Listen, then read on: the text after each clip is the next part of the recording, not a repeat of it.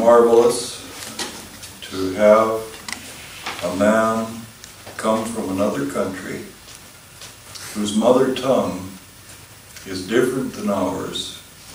He has never lived in an English-speaking country, and to be able to deliver a discourse like that. Amen.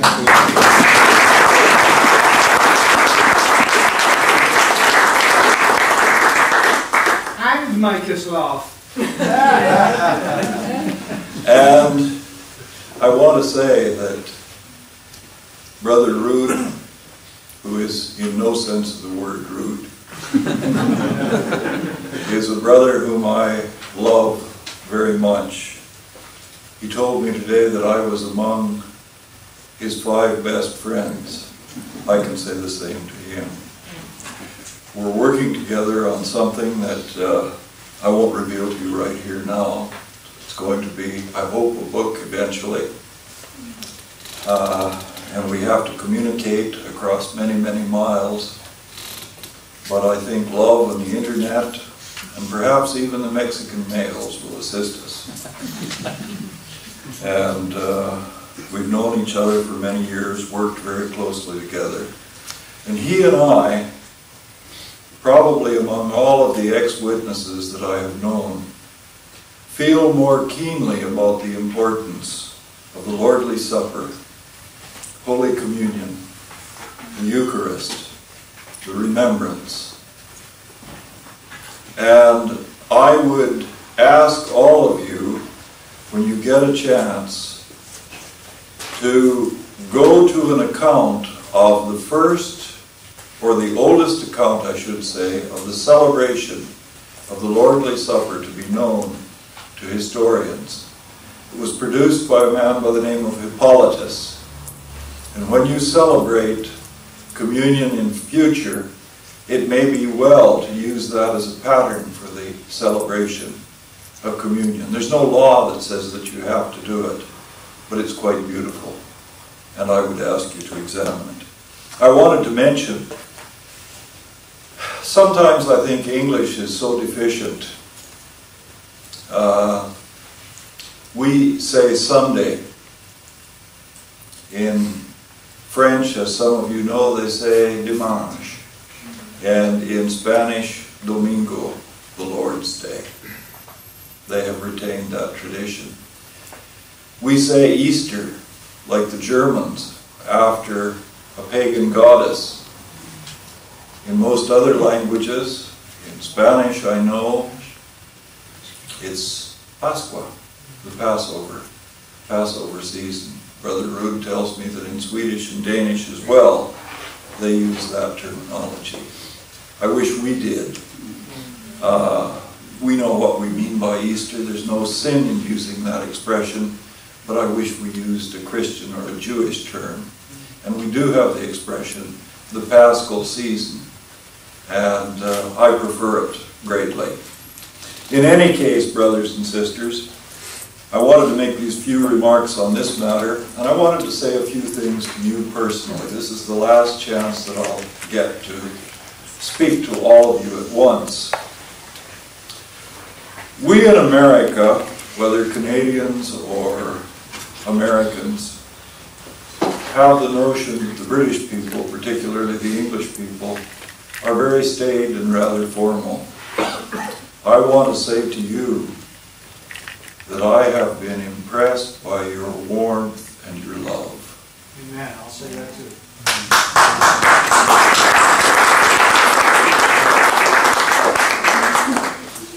I also want to say to you that you're a beautiful lot. You're a beautiful lot spiritually.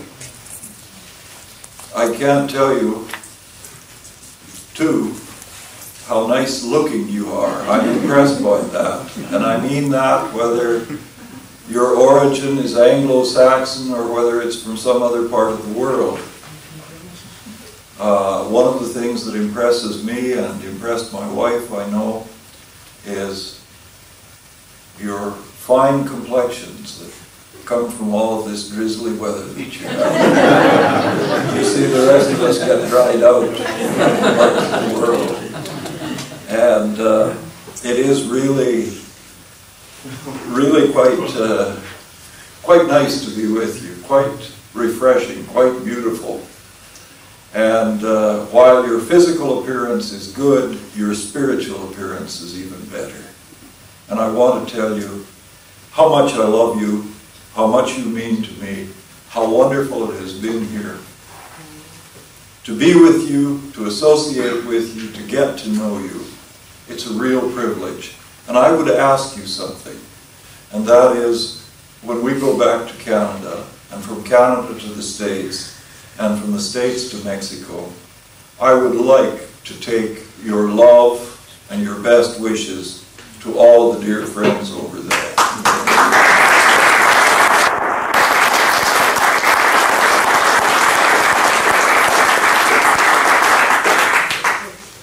Now I want to turn to the subject at hand.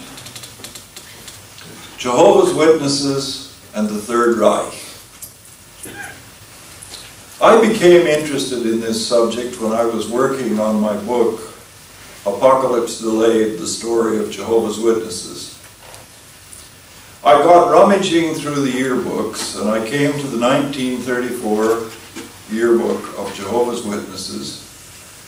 And for some reason, I started reading the account relating to Germany.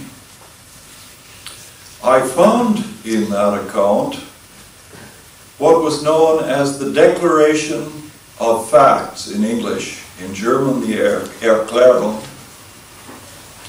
And when I read this document, I could hardly believe my eyes. Why? Because I had read about this document in the book Jehovah's Witnesses in the Divine Purpose, or am I quoting that right? Yes. Yes, Jehovah's Witnesses in the Divine Purpose, 1959. And it had said in there that in June of 1933, shortly after Hitler had come to power, that the witnesses in Germany had met in a convention in Berlin, actually on the 25th of the month, and they had issued a declaration criticizing Hitler for his persecution and stating to him that they would take a stand for Jehovah God and Christ's kingdom. But when I read the 1934 yearbook, I was absolutely astounded, because this document said things that were far different from what Jehovah's Witnesses in the Divine Purpose had said. What did this document say? Well, it was a document which bitterly attacked the British Empire and the United States of America, which bitterly attacked the League of Nations, which bitterly attacked the clergy of Christendom, and which said disreputable things about the Jews. Now remember that the Watchtower Society had taught that the return of the Jews to Palestine was fulfillment of Jehovah's purposes. As a matter of fact, Charles Taze Russell refused to attempt to convert Jews to Christianity. And in 1911, he gave an address to a large Jewish audience in the Hippodrome in New York. And he told them that they were going to be restored to Palestine. He told them that they were part of Jehovah's divine plan. And he ended up his remarks by having the audience stand with him and sing the Zionist national anthem, Hatikvah. Rutherford had followed on that tradition and had written a number of books supporting the idea that the return of the Jews to Palestine was a fulfillment of prophecy. He wrote a book called Comfort for the Jews. He wrote a book called Life. And he talked about the return of the Jews to Palestine He talked about the Balfour Declaration, which was a declaration of the British government which called for the establishment of a Jewish homeland in Palestine. And he indicated that he felt that all of this was part of the divine plan. Yet suddenly, in 1932, he made a 180-degree turn. New light, without any real explanation for new light. Why was there new light? Because anti-Semitism was raging all over the Western world. In the United States and Canada, the Ku Klux Klan had risen. There was a strong feeling of anti-Catholicism. There was a strong feeling of anti-Semitism, both among Protestants and Catholics, in both the United States and Canada. In Germany, the Nazis were rising, had risen dramatically as a result of the Depression, which had begun in 1929. And suddenly, the Jews had no part in the divine plan. Now, it becomes evident that Rutherford really didn't like Jews. My father was at a Bible student convention in Winnipeg, Manitoba, in the early 1920s. And he often repeated this story to me. He heard Rutherford say that God's blessings were going to be on the Palestine Jews. He said, as a matter of fact, I'm talking about the Palestine Jew. I'm not talking about that hook-nosed, stoop-shouldered little individual who stands on the street corner and attempts to gyp you out of every nickel, every 5-cent piece that you've got. And in verification of this attitude, there is a statement which is virtually identical, without the reference to the hook nose, in the Golden Age magazine in the late 1920s. It's all there. Rutherford didn't like Jews. He really didn't like blacks. He didn't like most people.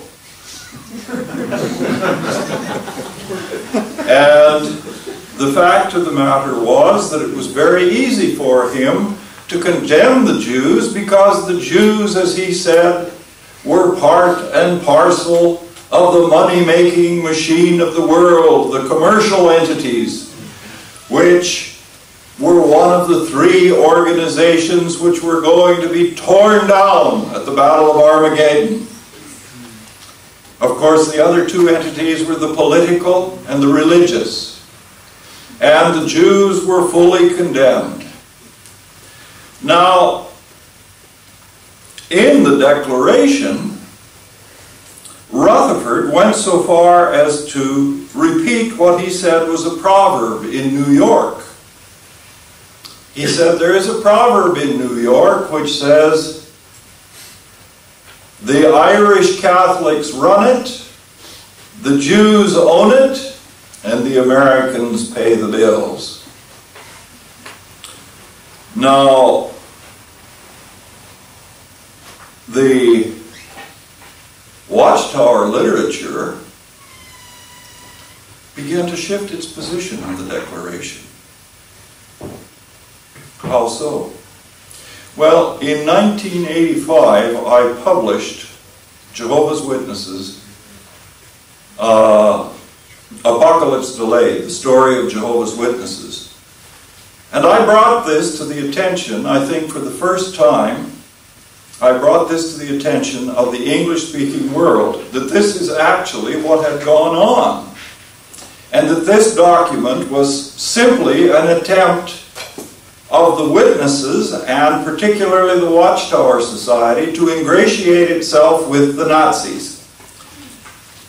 And the most damning statement found in that doctrine, or document rather, pardon me, is the following, and I quote directly: "Instead of being against the principles advanced by the government of Germany, we stand squarely for such principles and point out that Jehovah God through Christ Jesus will bring about the full realization of these principles and will give the people grace and prosperity and the greatest desire of every honest heart." The principles of whom? The principles of der Führer, Adolf Hitler. Gott im Himmel. Was für ein Mann. How can this organization, which claims to be neutral, have been guilty of making a statement such as this? What was the Watchtower Society's answer? There was something wrong. Evidently, the branch overseer, who in 1935 was disfellowshipped by Rutherford, was responsible for doctoring the declaration. And this is what the 1974 yearbook said. The blame was purely on the former branch overseer, a man by the name of Paul Baltzereit. Now, did Baltzereit doctrine the document? The answer is absolutely no. How do we know? Well, all one has to do is sit down and read the English and then read the German, and it becomes obvious that the German is a translation of the English rather than the English a translation of the German. And what German would have written a proverb about the city of New York? This was a fraud, and the Awake Journal has recently admitted that, yes, Rutherford did write this.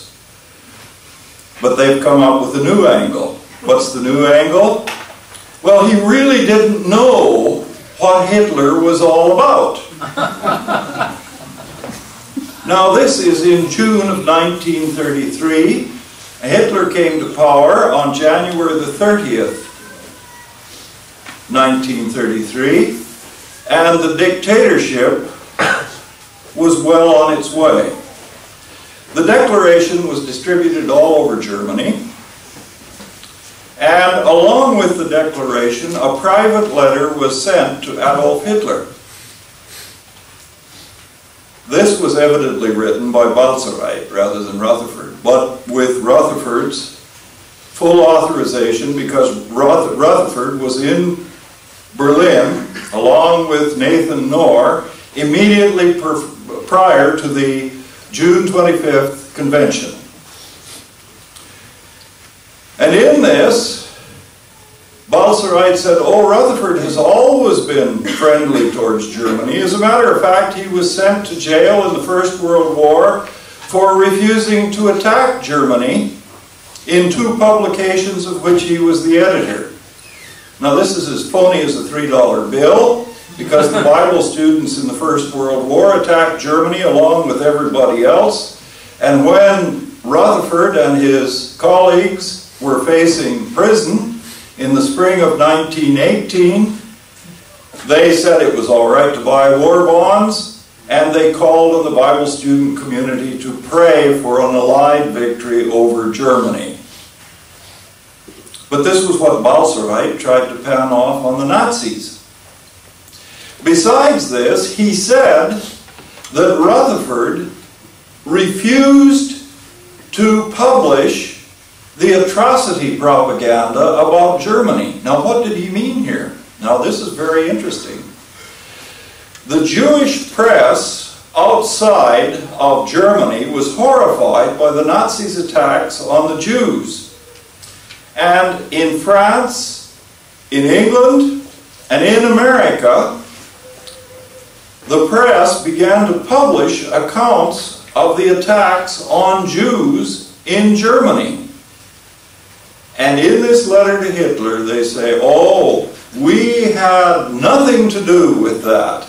In fact, the very people who put out the atrocity propaganda against Germany are our worst enemies. Who? The Catholics and the Jews, the commercial Jews of America.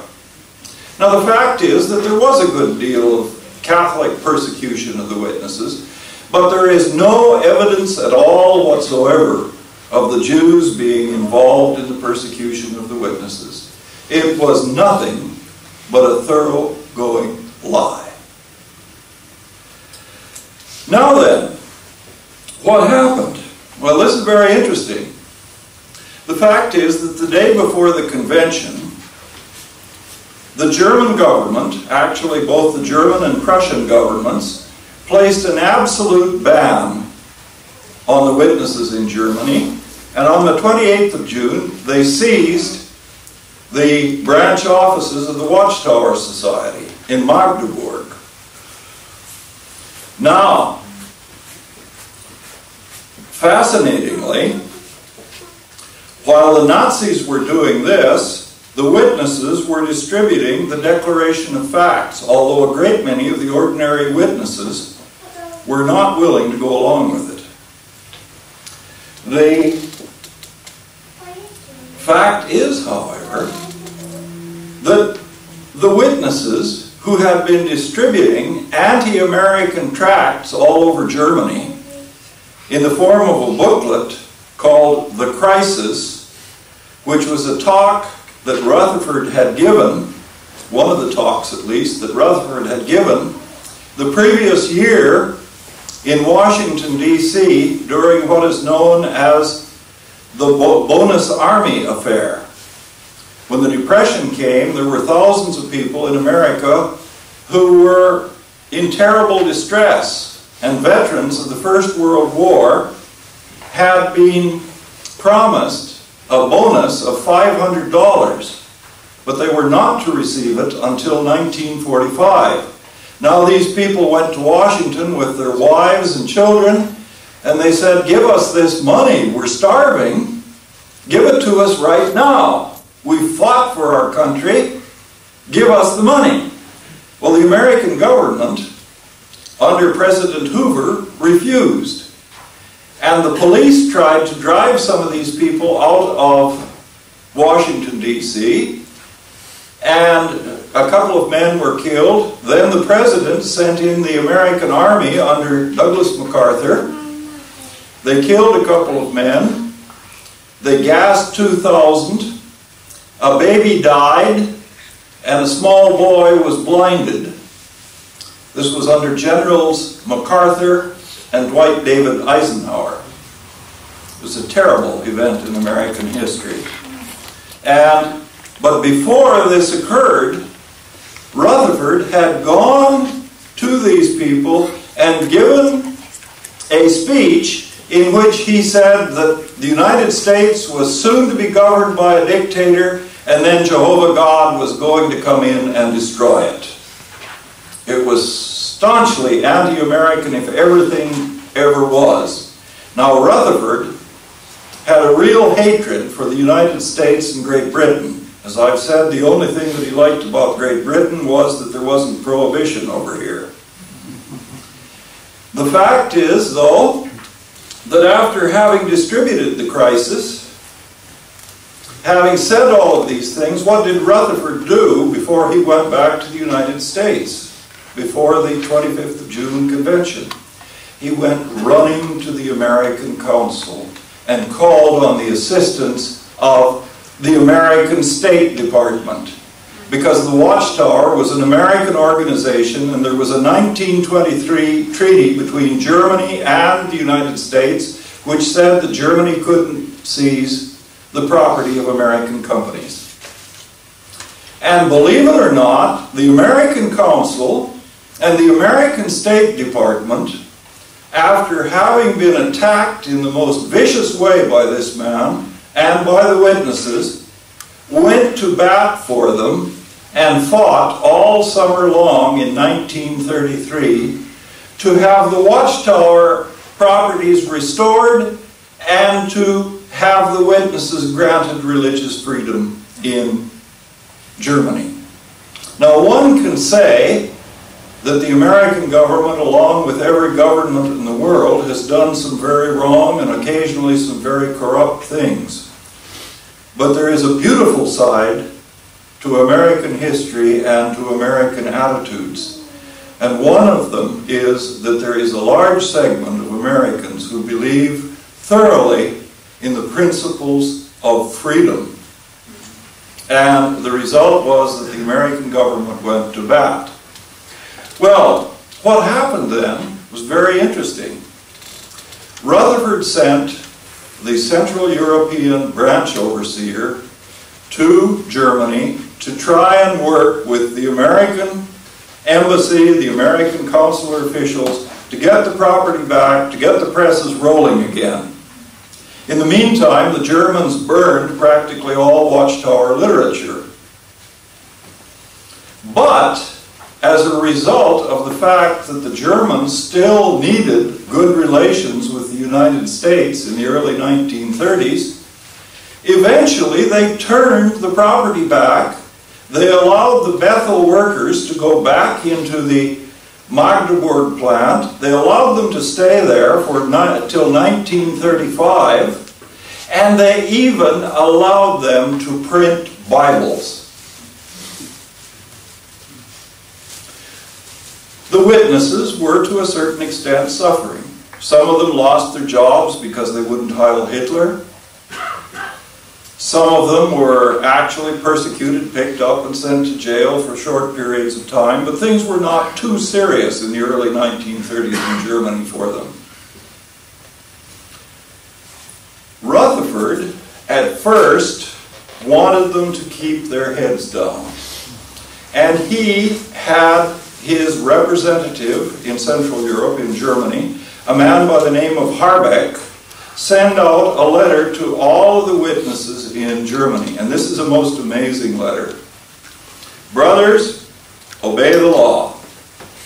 Do not hold any meetings unless the police permit you to.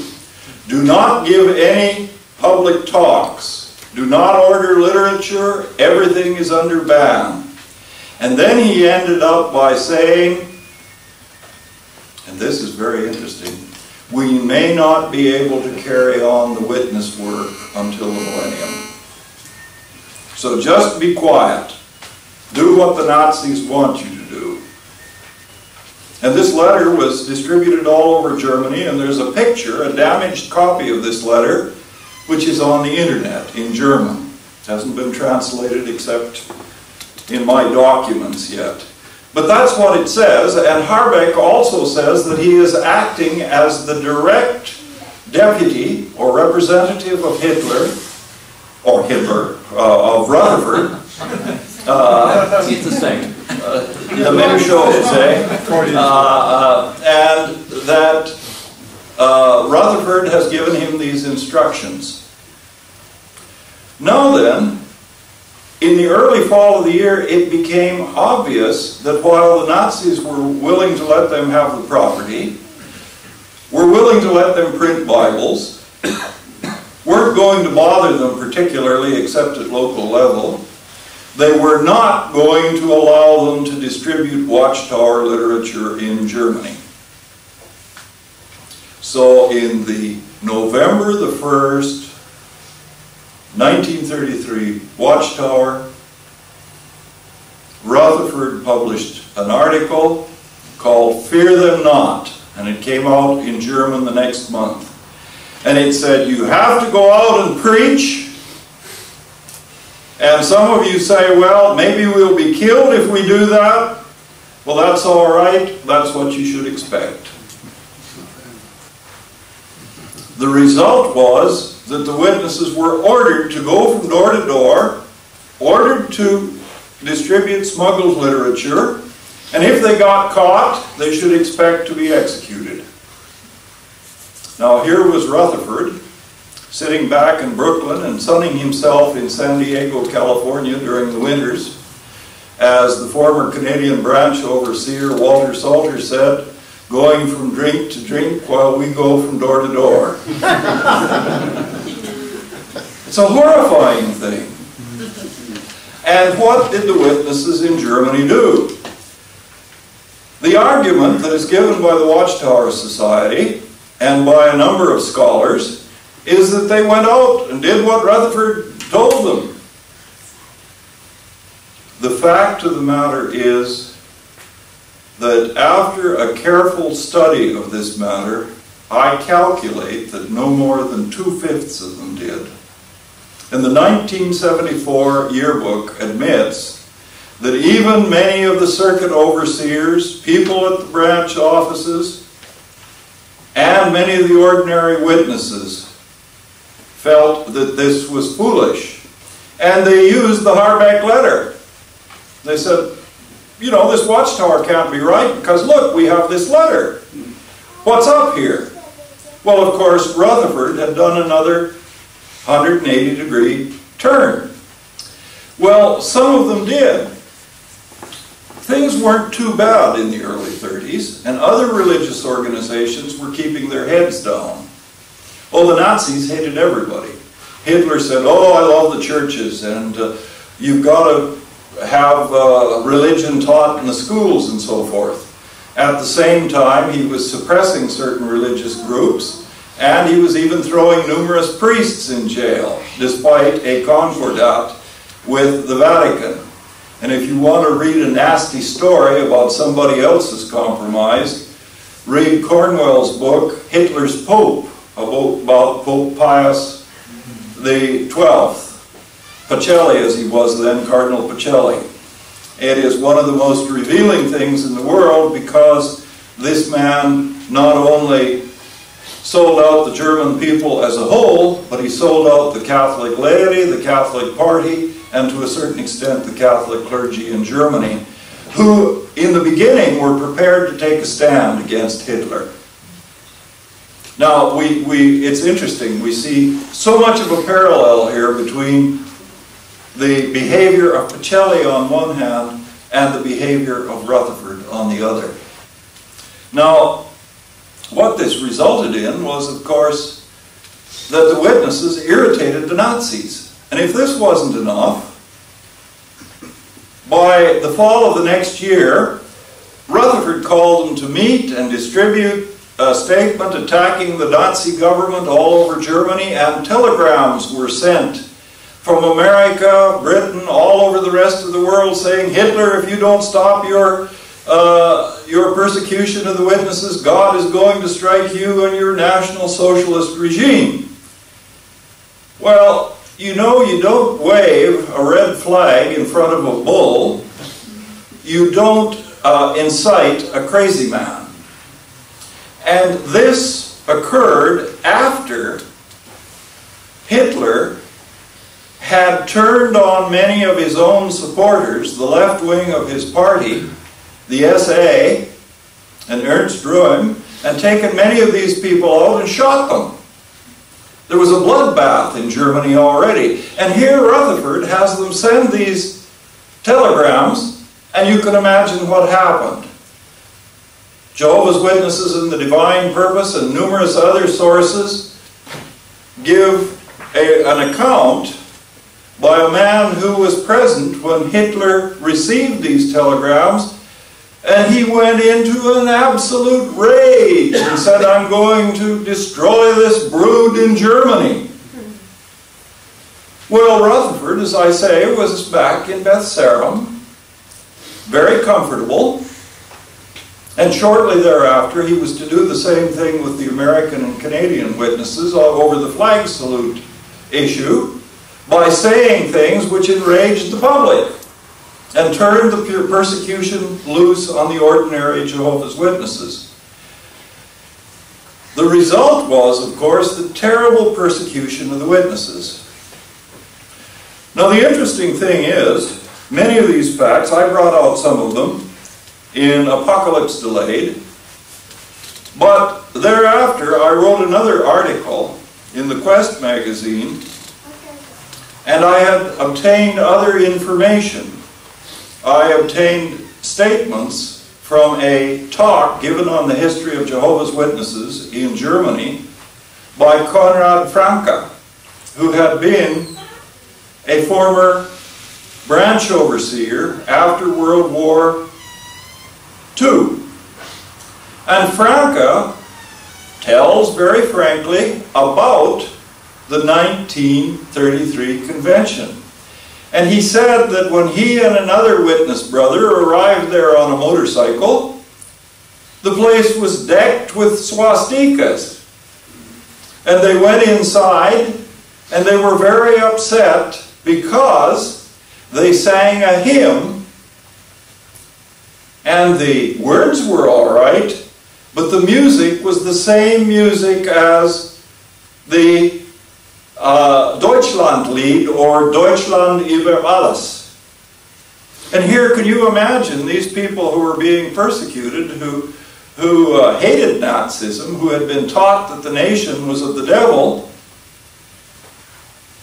had to stand up and sing this song. And then the declaration was presented.